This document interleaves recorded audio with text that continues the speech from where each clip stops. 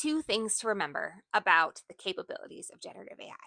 One is that human verification and critical evaluation of the output are absolutely necessary for any generative AI task, no matter the capability of it.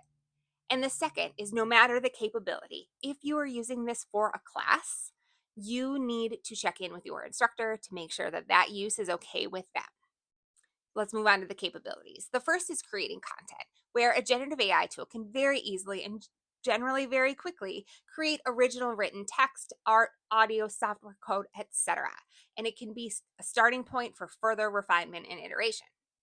This can be for things like creating a picture of your cat wearing a wizard costume or identifying syntax errors in code, drafting resume and cover letters based on certain input from a job description. Lots of different ideas for creating content that need human verification, editing, and iteration after the fact.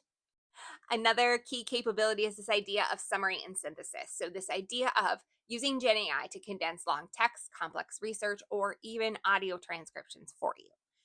Keep in mind that you need to own all of the information that you upload into these tools. Another key capability is using GenAI as a brainstorming partner. Have it act as a sounding board to provide diverse options for you, help you with your research questions, alternative perspectives, and a creative structure to different things. You can use it as you're beginning to do research on a research paper to help with keywords and search strings that you can then use in a library database. You can use it to help enhance a slide deck by having it take your slide and redesign it, and then you can create that yourself in a more accessible format.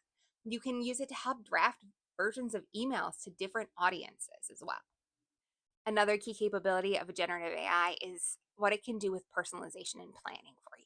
And that's where it can process your complex constraints in your schedule. So, your class schedule, your work schedule, when you want to take some self care time, when you want to spend time with friends and family, and when you want to sleep. And it can put that into a general schedule for you that you can manipulate to really figure out what works best for you. And lastly, another capability, but this one I want you to proceed with caution on, is using GenAI as a learning support tool. It's a great capability for functioning as a virtual tutor, explaining concepts, synthesizing information, and creating step by step problem demonstrations. You can ask it to explain concepts for you and then test you on it in a multiple choice format. You can upload your own lecture notes to it and have it act as a study buddy. But what I would caution you again is that if you are using this for any class, you need to make sure you've checked in with your instructor to make sure that this capability of AI is still an ethical use of AI in the learning process.